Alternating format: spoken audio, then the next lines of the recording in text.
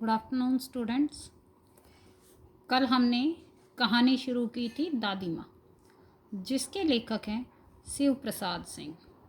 जो लेखक की दादी माँ है उनके बारे में ये कहानी है। अब हम आगे पढ़ेंगे।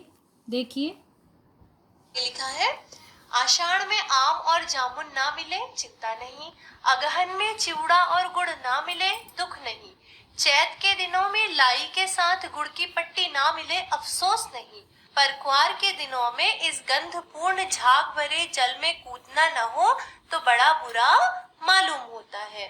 मैं भीतर हुड़क रहा था, तो एक दिन ही तो कूद सका था, नहा धोकर बीमार हो गया। हल्की बीमारी न जाने क्यों मुझे अच्छी लगती है।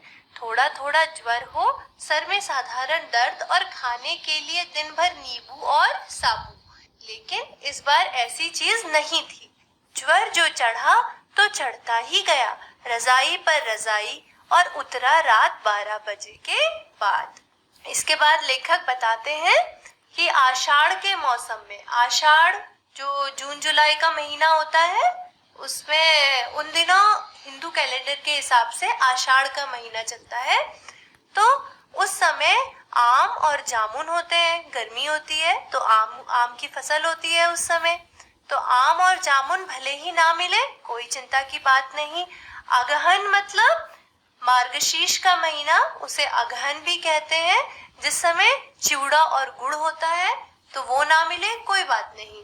चैत के दिनों में लाई के साथ गुड़ की पट्टी आप सबने खाई होगी, लेखक कहते हैं वो भी ना मिले तो कोई बात नहीं, कोई अफसोस नहीं।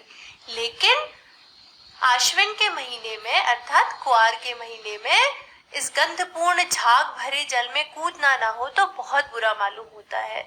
लेखक का बहुत मन होता है कि वे इस तालाब के पानी में कूदकर नहाए। मैं भीतर हुड़क रहा था, अर्थात उनका बहुत ज्यादा मन कर रहा था इस जल में नहाने के लिए। लेकिन एक दो दिन कूदने के बाद वे बीमार हो गए और उसके बाद उन्हें भयानक बुखार आ गया, जो कि उतरा रात के 12 बजे के बाद। फिर आगे लिखते हैं, दिन में मैं चादर लपेटे सोया था, दादी माँ आई, शायद नहा कर आई थी उसी झाग वाले जल में। पतले दुबले स्नेह सने शरीर पर सफेद किनारीहीन धोती, सन से सफेद बालों के सिरों पर सद्यह टपकते हुए जल की शीतलता। आते ही उन्होंने सर पेट छुए, आंचल की गांठ खोल किसी अदृश्य शक्तिधारी के चबूतरे की मिट्टी मुंह में डाली, माथे पर लगाई। आगे उनकी कदकाठी का वर्णन है कि वे कैसी थी, दुबली पतली थी और अपने स्नेह सने अर्थात प्रेम से भरे हुए शरीर पर उन्होंने सफेद रंग की धोती पहन रखी थी और उनके गीले बालों से धीरे धीरे पानी टपक रहा था। और आते ही लेखक के माथे पर और मुंह में उन्होंने कुछ विभूति सी लगाई। दिन रात चारपाई के पास बैठी रहती, कभी पंखा झलती, कभी जलते हुए हाथ पैर कपड़ों से सहलाती, सर पर दालचीनी का लेप करती और 20 बार छू छू कर ज्वर का अनुमान करती।